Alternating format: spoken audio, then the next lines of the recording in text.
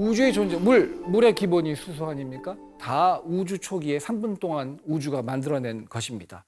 그리고 헬륨도 그렇게 된 것이죠. 이것이 바로 오늘날 빅뱅 핵 합성이라고 부르는 것입니다. 만약에 그때 음전자가 아니라 양전자가 더 많은 우주로 처음에 시작했었더라면 물질로 만들어진 우주가 아니라 반물질로 만들어진 우주, 전혀 다른 우주가 되었을 거라는 상상도 하긴 합니다.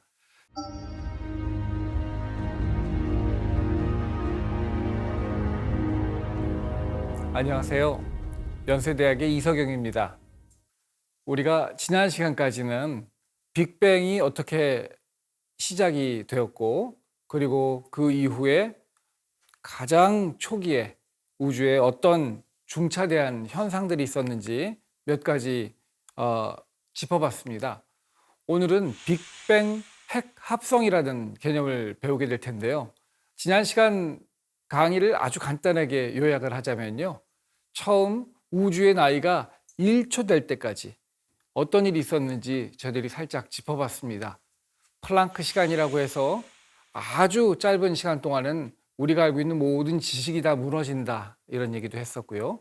그 이후에는 힘이 여러 개가 하나로 다 통일되어 있다가 분리되기 시작한 것 같다 이런 얘기도 제가 말씀드렸는데요. 결국 우주의 나이 1초, 그 1초를 어떻게 우리가 기술할 수 있을까 생각을 해보면 가장 중요한 것은 양성자와 중성자의 탄생이라고 말씀드릴 수 있습니다. 양성자, 중성자, 이게 도대체 뭘까 궁금하시죠? 양성자와 중성자는 모든 원자의 기본입니다. 예를 들면 수소는 원자 핵과 전자 하나로 구성되어 있는데요. 전자는 워낙 질량이 작기 때문에 사실 조금 미미하고요. 결국은 모든 원자는 핵이 무엇이냐가 제일 중요합니다. 탄소, 질소, 산소, 철, 마그네슘 이런 모든 우리가 상상할 수 있는 모든 원자는 핵이 있는데 그 핵은 모두 양성자와 중성자의 조합으로 이루어진 것입니다. 그러니 저와 여러분들이 오늘날 익숙히 알고 있는 세상의 모든 삼라만상은 양성자와 중성자의 조합이라고 보시면 되는 거죠. 엄청나게 멋진 건물이 있는데요. 사실 지금 뭐가 탄생한 거냐면 그 건물에 필요한 벽돌들이 지금 다 만들어진 그런 상황입니다. 중요합니다. 그러면 우주의 나이 1초를 어떻게 제가 기술할 수 있을까요? 벽돌이 그냥 난장판으로 지금 바닥에 널려져 있는 그런 상태예요. 우주에. 벽돌만 널려져 있는. 빅뱅 후 1초가 되었을 때 우주의 온도는 대략 100억 도 정도였습니다. 처음에는 무한대도였다가 이제 100억 도까지 식게 된 거죠. 이때가 우주의 입장에서 볼 때 굉장히 중요해서 저는 우주 나이 1초를 사람의 돌에 비유합니다. 사람의 돌일 때 어떤가요? 사람마다 물론 개인 차이가 있긴 하지만 대부분 돌 이전에는 기어다닙니다. 평면 2차원적 삶을 살고 있다는 겁니다. 그러다가 대충 돌 정도 되면 일어섭니다. 일어서서 걷기 시작하면 이거 완전히 신세계죠. 차원을 하나 더 갖는다는 건 어마어마한 것입니다. 높이를 갖게 되면 이제 나보다 낮은 차원, 이 차원의 개체들이 다 한눈에 파악이 되거든요. 우주도 지금 빅뱅 후 1초가 됐을 때 이러한 일을 겪게 됩니다. 우주가 100억 도에 있을 때 어떤 중요한 세 가지 일이 벌어지냐면 그 중에 하나는 전자에게 이루어집니다. 우주가 처음 탄생했을 때는 우주에 굉장히 많은 복잡한 원자들이 입자들이 많았는데요. 그 중에 전자가 있었습니다. 오늘날에도 전자가 많기는 많죠. 하지만 그때는 전자가 오늘날 많이 있는 음전자만 있는 것이 아니라 전하가 반대인 양전자도 아주 많이 있었어요. 거의 동일한 수의 양전자와 음전자가 우주 초기에 존재했다고 우리는 믿고 있습니다. 그런데 우주 초기에는 에너지가 굉장히 크기 때문에 빛의 에너지가 크기 때문에 정말 너무너무 신기한 일이 벌어지는데요. 그 빛의 에너지에 해당하는 입자와 반입자를 서로 동시에 만들어냅니다. 제가 만약에 빛이면요. 제 빛에 해당하는 에너지만큼의 양전자와 음전자를 만들어내는 거예요. 그런데 저희들이 그거를 양전자와 음전자가 두 개가 지금 만들어졌는지를 쉽게 파악하기 어려워요. 왜냐면요. 양전자와 음전자는 서로 음양과 같아서 동전의 앞뒷면과 같아서 두 개가 서로 만들어졌을 때 바로 옆에 있잖아요. 그럼 둘이 만나서 없어져요 또. 그래서 빛에서부터 이 두 개가 서로 만들어지는 것을 보고 쌍생성이라고 얘기를 하고요. 이 두 개가 근처에 있으면 금방 서로 만나서 서로 없어지는 것을 보고 쌍소멸이라고 합니다. 입자와 반입자, 물질과 반물질이 동시에 만들어졌다가 우리가 어디에 뭐 있지? 하고 관측을 하기도 전에 우리가 현대의 기술로 관측할 수 있는 시간보다 짧은 시간 동안에 그 두 입자가 서로 만나서 소멸이 돼 버립니다. 그러니까 우리는 없는 줄 아는 거죠. 이 공간에 아무것도 없구나. 문 열고 들어와 봤더니 여기 사람 아무도 없네 했는데 사람 들어올 때마다 몰래 다 숨은 거예요. 우주의 나이가 1초 전에는요. 빛의 에너지가 굉장히 높았기 때문에 이게 아주 수월했어요. 그래서 입자와 반입자, 즉 전자와 양전자를 무수히 많이 만들고 동시에 쌍소멸해서 없어지고 하는 이러한 일들이 계속 순환이 되었습니다. 그래서 얼추 양전자와 음전자 수가 얼추 비슷하게 유지가 되었던 거죠. 그런데 우주의 나이 정확히 1초 때 무슨 일이 벌어지냐면 이제 빛의 에너지가 100억 도 밑으로 떨어지면서 더 이상 쌍소멸, 쌍생성 과정을 통해서 입자와 반입자를 만들어낼 수 없는 상황이 됩니다. 빛이 이제 힘을 잃은 거예요. 그러면 어떻게 되냐면요. 이미 존재했던 양전자와 음전자는 서로 만나서 소멸까지는 쉽게 하는데 한 번 소멸을 한 다음에 다시 빛으로 양전자, 음전자를 만들어줄 수가 없는 거예요. 과학자들에 의하면 이 당시에 우주에 양전자와 음전자의 개수비가 대략 한 10억 대 10억 하나였다고 그럽니다. 그러니까 10억 개당 하나 꼴로 양전자보다 음전자가 더 많았대요. 그래서 이 두 개가 서로 다 소멸이 돼서 없어지고 남은 것이 뭐냐면 음전자만 남은 거예요. 오늘날 우리가 우주에서 아주 자주 볼 수 있는 음전자만 남은 겁니다. 만약에 그때 양전자가 더 많은 우주로 처음에 시작했었더라면 오늘날 우주는 우리가 보통 알고 있는 물질로 만들어진 우주가 아니라 반물질로 만들어진 우주, 그게 뭔지 상상하기도 힘든데 사실은 그러한 아주 전혀 다른 우주가 되었을 거라는 상상도 하긴 합니다.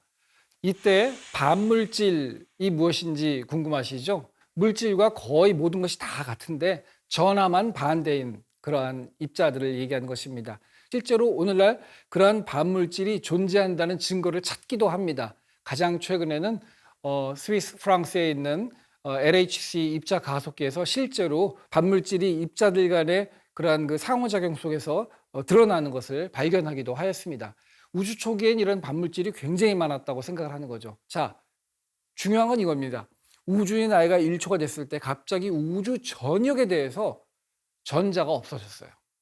그전에는 굉장히 많은 양전자와 음전자가 존재했었는데 이제는 소멸만 가능하고 생성은 불가능했기 때문에 이제 전자의 밀도, 공간 밀도가 아주 급격히 작아진 것입니다. 그게 1번입니다. 두 번째는 중성미자 분리라는 개념이 있는데 이거는 어려워요. 그래서 제가 오늘 그냥 저를 믿어주세요. 중성미자도 이때 분리가 돼서 물질로부터 분리가 돼서 더 이상 우리가 사용할 수가 없었어요. 그리고 세 번째, 이제 우리가 피부에 닿을 수 있는 중요한 일이 벌어졌는데 제가 아까 뭐라고 그랬죠? 우주의 나이 1초 전에 양성자와 중성자가 만들어졌다고 그랬잖아요. 양성자와 중성자는 쌍둥이 같아요. 쌍둥이로 태어났는데 말이죠. 거의 똑같은데 중성자가 양성자에 비해 무게가 0.1, 질량이 0.1%만 달라요. 1000분의 1 정도만 조금 더 무거워요, 중성자가. 그리고 이 1000분의 1 질량 차이라는 게 바로 이때 우주 나이 빅뱅 후 1초였을 때 우주 온도에 해당하는, 즉 1 MeV 100만 전자볼트에 해당하는 것이 바로 이 질량 차이예요. 중성자가 에너지가 조금 더 높은, 질량이 높은 에너지를 발산하고 양성자로 변화하거든요. 자연 상태에서 중성자는 가만히 있을 수가 없어요. 일정 시간이 지나면은 중성자는 양성자로 변화해요. 질량이 많은 게 아무래도 좀 버겁네. 그리고 질량을 놓고 그리고 양성자가 됩니다. 근데 1초 전에는 우주에 에너지가 충만하니까 양성자가 이미 된 놈한테 빛이 와서 에너지를 줍니다. 그럼 양성자는 갑자기 1000분의 1만큼 에너지를 얻으니까 다시 중성자가 됩니다. 중성자는 자연스럽게 몸무게를 잃고 또 양성자로 변화합니다. 1초 전에는 이 일이 계속 일어났어요.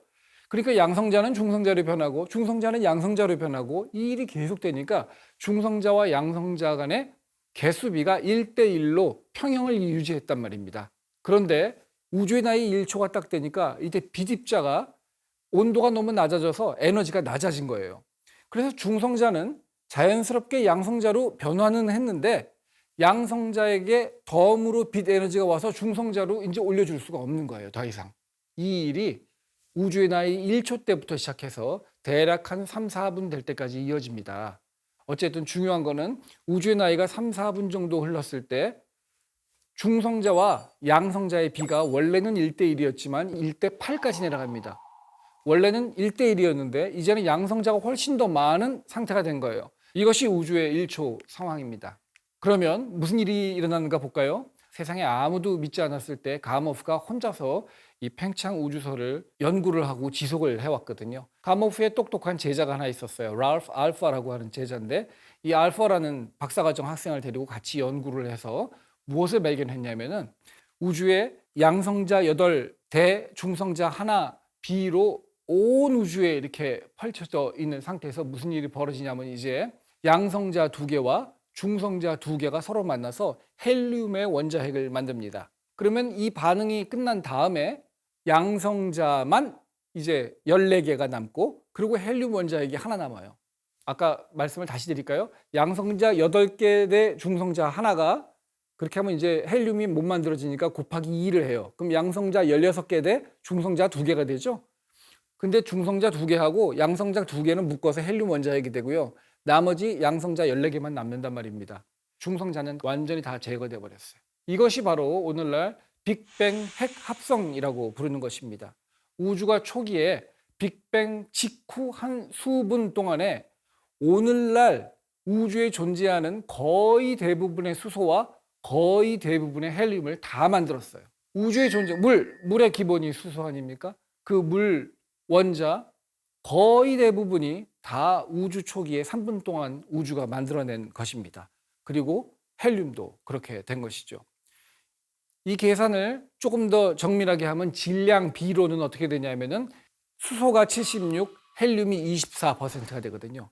수소가 76% 대략으로 치면은 전 우주의 물질 질량의 4분의 3 정도를 차지한다는 뜻이고 나머지 4분의 1은 헬륨이 차지한다 이런 얘기예요. 이것이 빅뱅 핵합성 이론인데 1948년도에 랄프 알퍼, 이 가모프의 제자죠. 그 학생과 함께 가모프가 논문을 써서 발표를 하였습니다.